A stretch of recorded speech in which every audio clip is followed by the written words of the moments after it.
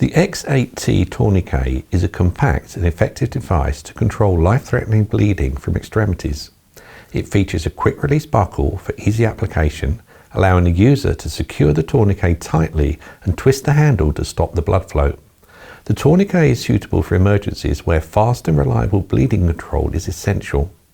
The X8T is versatile, durable, and can be applied over clothing if needed, making it an essential tool for military, EMS and first responders. The X8T is easy to use and the instructions are as follows. Take the tourniquet out of its case and packaging. Place the tourniquet over the injured limb, ensuring it's positioned above the injury but not over a joint.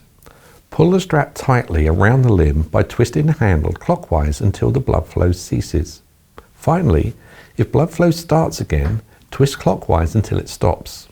The instructions for applying the X8T to a trapped limb are to firstly squeeze the quick release buckle and separate.